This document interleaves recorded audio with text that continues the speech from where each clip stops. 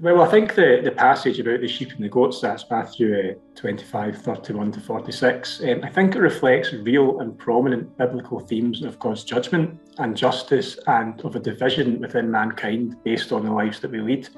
It's also one of those passages where translation is key.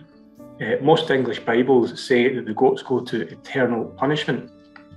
Now, the New Testament, of course, it wasn't written in English, it was written in Koine or Alexandrian dialect Greek, which had a rich legal vocabulary for words relating to justice and punishment.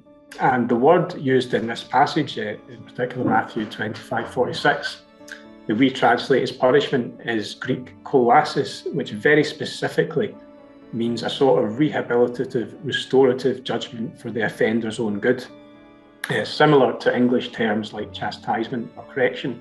And this is well documented in ancient Greek. For example, in Aristotle's Rhetoric, he makes a careful distinction between this kolasis punishment that serves to kind of restore and correct, and on the other hand, timoria punishment, which is retributive, vengeful justice to satisfy a wronged party and actually harm the offender. And Plato also makes the same point in one of his works called Protagoras. Also, the word in this passage that we translate as eternal is Greek aionios, which doesn't really mean eternal. As Young's literal translation put it, it means age during. And an age, of course, is an indeterminate but non-infinite period of time. So for context, Jesus as the Messiah was ushering in the Olam Haba, the age to come when God's justice would be done on earth as in heaven.